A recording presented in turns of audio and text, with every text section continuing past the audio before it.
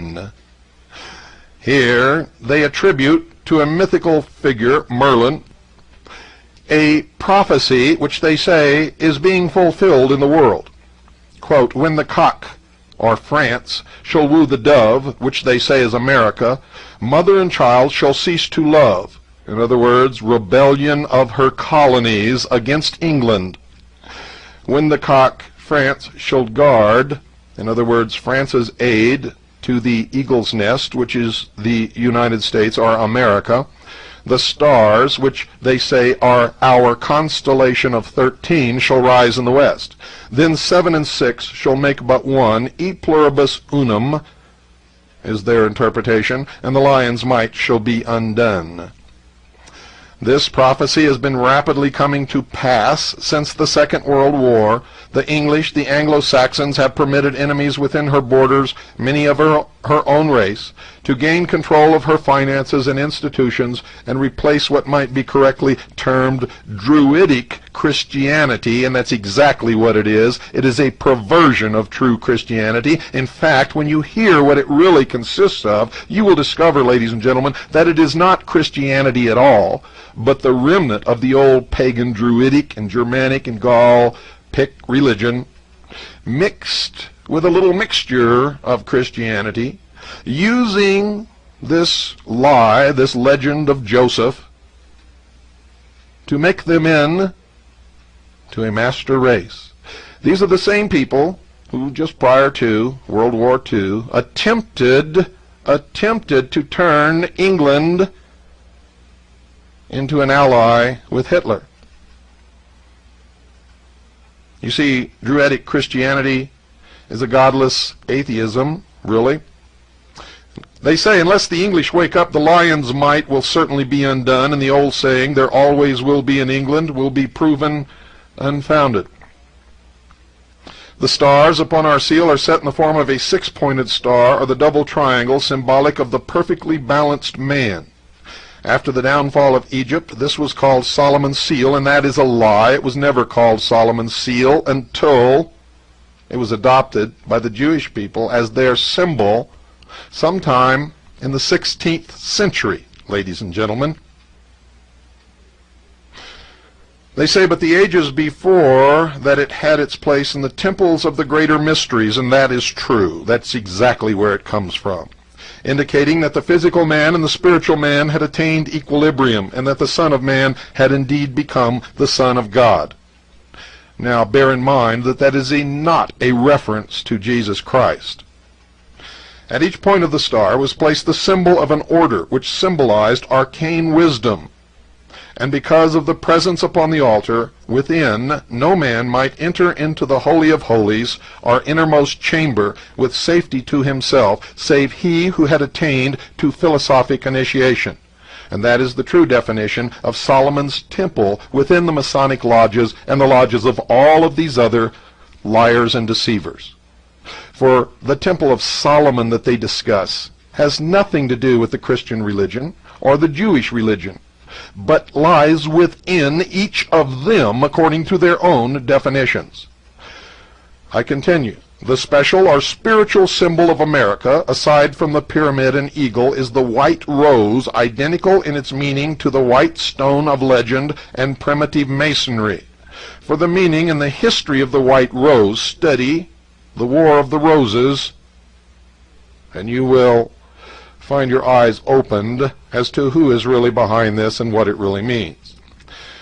I continue. The constellation of 13 stars was in early drawings set in a wreath of white roses, showing that the early designers were fully aware of future American individual spiritual development, and that is a lie. Our forefathers were not a part of this. They are the ones who broke away from England, ladies and gentlemen.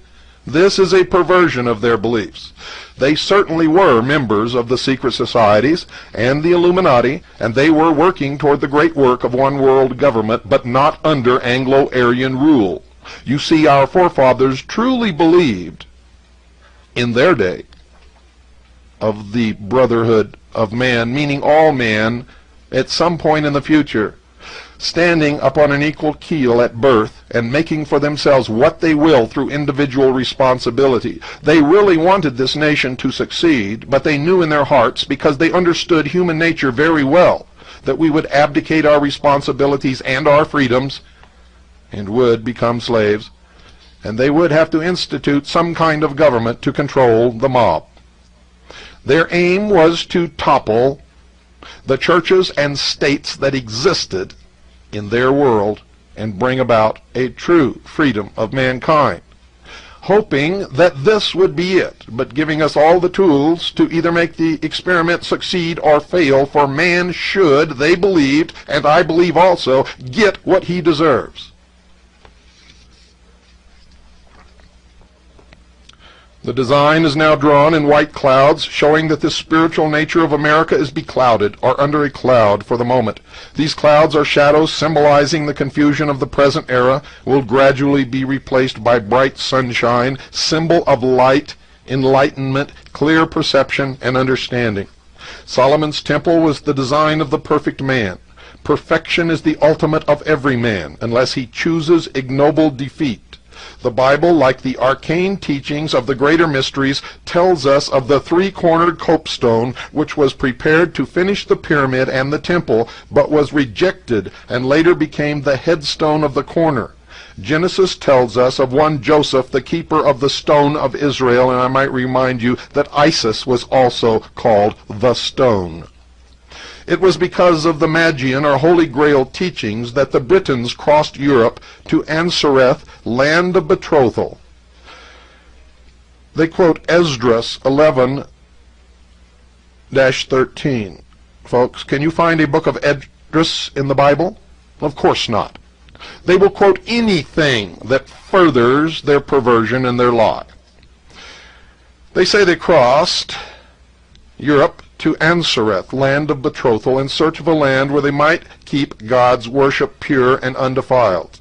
Hence, through Joseph, who was separated, cast out, or sold by his brethren, we inherited the white stone of all Israel, the copestone of the pyramid and of Solomon's temple, that rock upon which the initiate Nazarene reminded Peter he should build God's church. Oh my, oh my.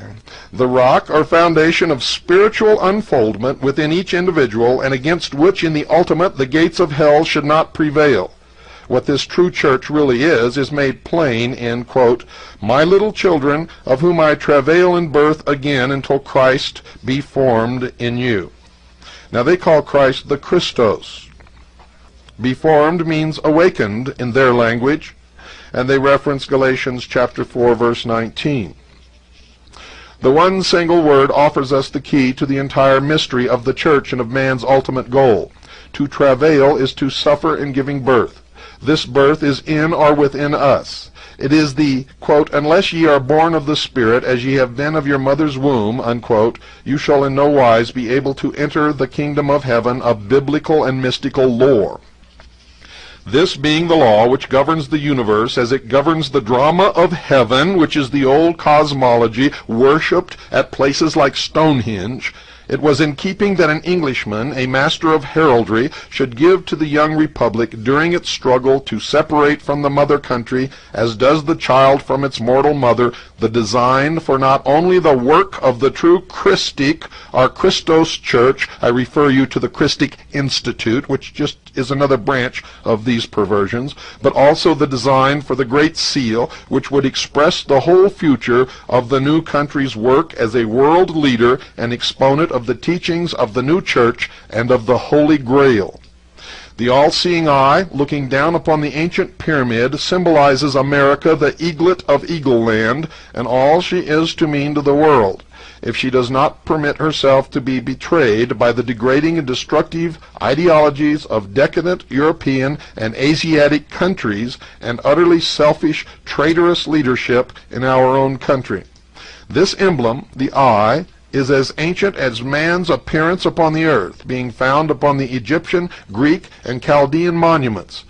And I'm sure, ladies and gentlemen, they knew that it meant America back in those days. Yeah, you just keep thinking that, fools. This is beyond understanding how intelligent people can fall for these scams and be so manipulated by someone who comes along, flashes some kind of a certificate that he went to some kind of a school that taught him how to understand the Bible, and he preaches this perversion, and people fall right into line and believe it as fact simply because this person told them to. If you follow them around long enough, you will follow them to the doors of the lodge of one of these secret societies, I can assure you. This emblem, the eye, is as ancient as man's appearance upon the earth, being found upon the Egyptian, Greek, and Chaldean monuments, while the Arabians looked upon it and named it the highest and holiest name of God, and with hushed voices whispered, "I am that I am." And that is what Elizabeth Clare Prophet preaches in Montana. The triangle about the eye stood from the most ancient days as the emblem of the Trinity. Now get this, folks, because this is what their Trinity really refers to. The triangle about the eye stood from the most ancient days as the emblem of the Trinity: Osiris, Isis, and Horus, progenitors of humanity, Father, Mother, and the Mother they call the Holy Ghost, and Son. It is the seal of the eternal law of the three of the universe, and the watchful guide to those who awaken and walk in the light.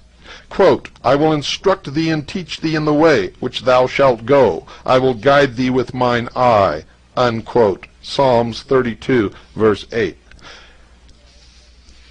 The legend symbolized by the pyramid is esoteric, given in numbers, measures, and weights. In these may be read the history of ages already completed and the prophecy of those yet to come. I refer you to ICE, the ultimate disaster, 5-5-2000. That's the name of the book, 5-5-2000, ICE, the ultimate disaster, by Richard Noon. I'll refer you in that book specifically to the interview with Tom Valentine, where he parrots this exact same philosophy. Throughout the past ages, each with its leader, runs the legend of the stone kingdom cut out without hands. Now remember, throughout all past ages, this legend, this story, this perversion has been repeated throughout the pagan religions since the beginning of time, when man first looked up and equated the sun with the power of God. The inner kingdom of heaven, the last and greatest of all, might have been the Master Nazarene had he not been betrayed by his own people, as in England, the land of Joseph, and the Grail being betrayed today.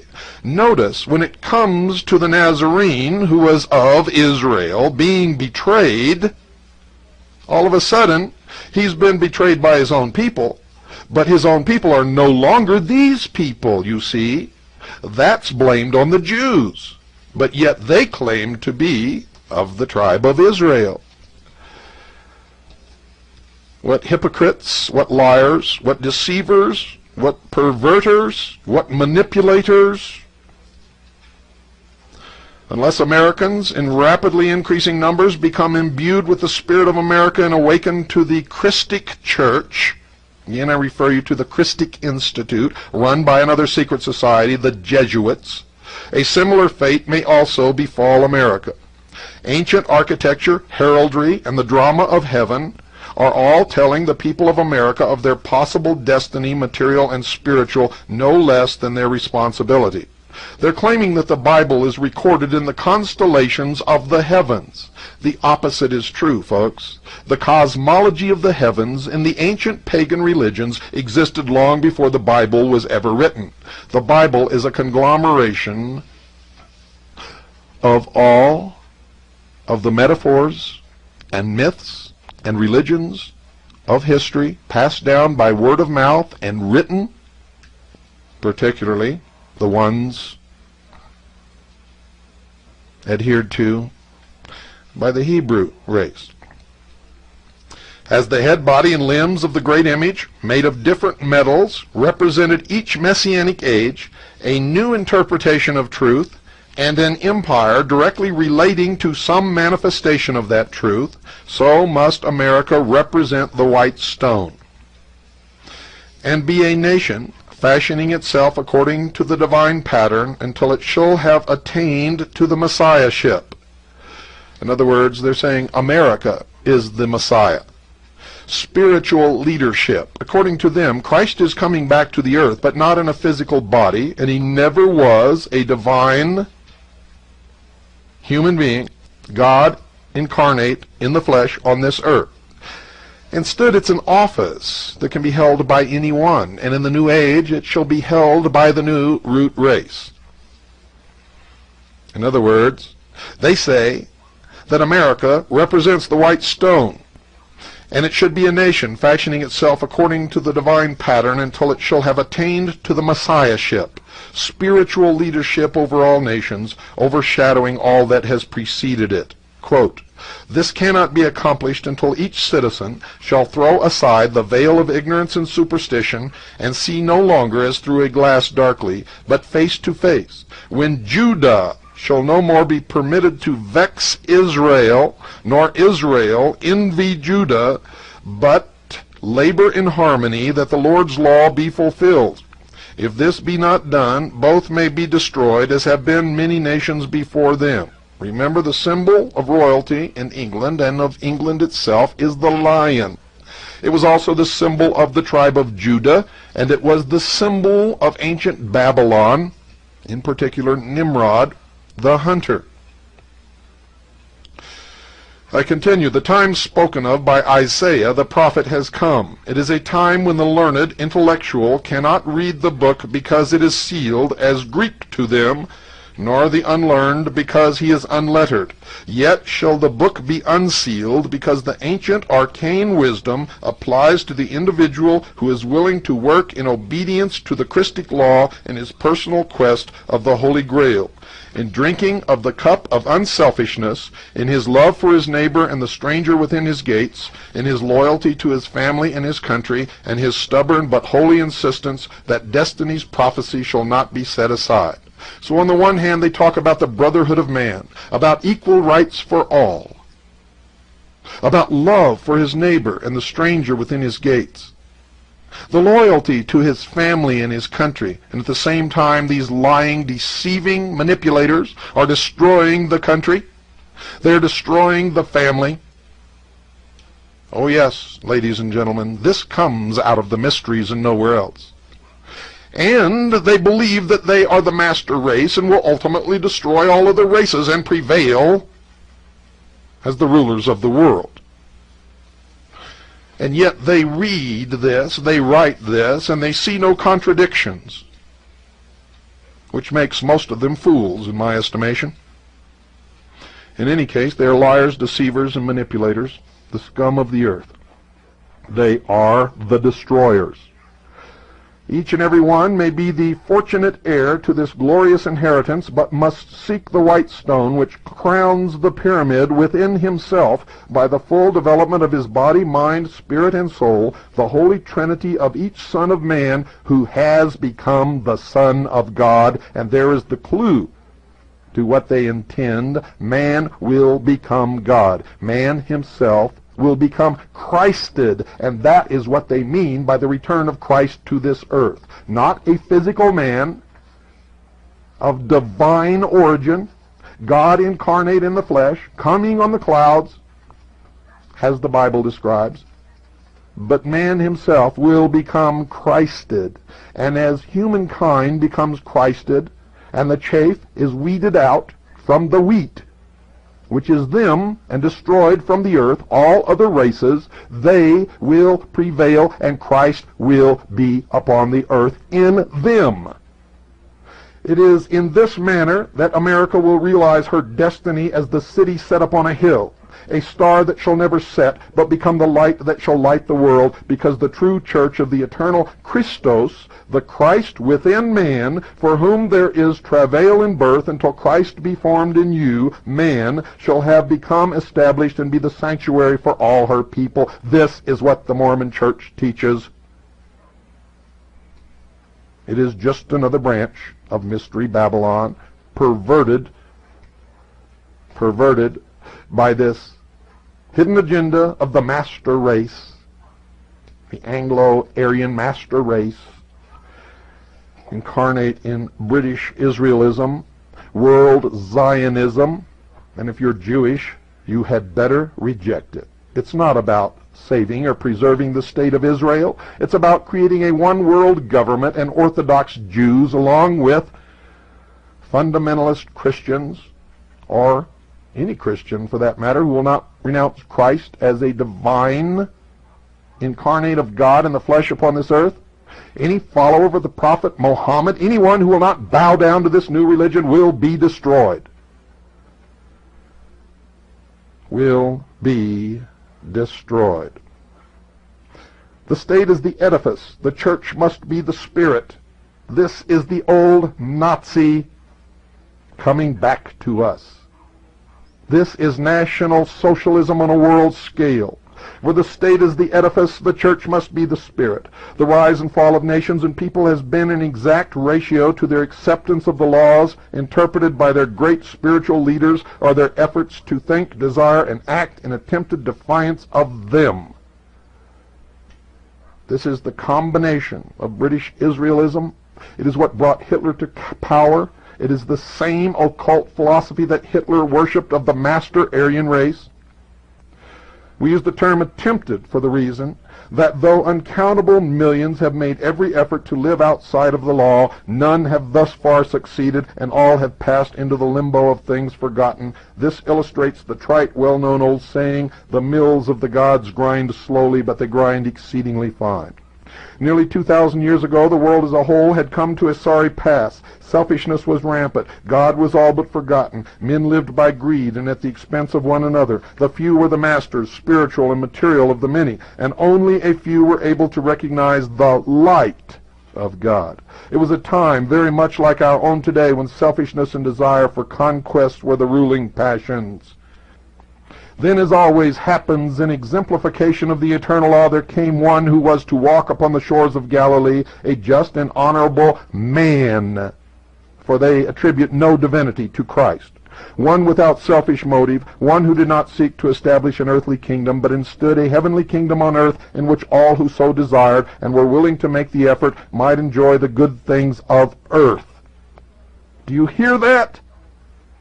He talked of God as none other had before him. He proclaimed God to be the Father of all creation, the supreme being of the universe, the maker of heaven and earth, and of man in his own image. This young man, this native of Galilee, the Nazarene, preached the fatherhood of God and the possibility, not the certainty, of the brotherhood of man and the immortalization of the soul of man.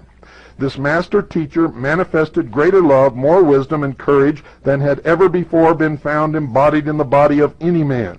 He possessed the desire to serve mankind as had none other before him. He taught the simplest, grandest, and most sublime doctrine or concept of life that ever fell from human lips. Yet despite the services he was ready and willing to render to his fellow men, and the soul-inspiring doctrine he taught, the people of his day, except for a very few, misconstrued his teachings, ridiculed his concepts, and finally crucified him.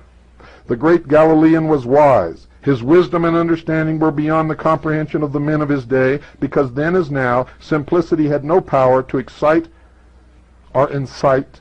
Only the complex wholes men enthralled. Foreseeing the things that were to come, he prepared the way so that, should his ministry and teachings be rejected, they would be preserved and passed on to a succeeding age. The age is now upon us, the new age, when man shall become the Son of God. Good night, and God bless you all.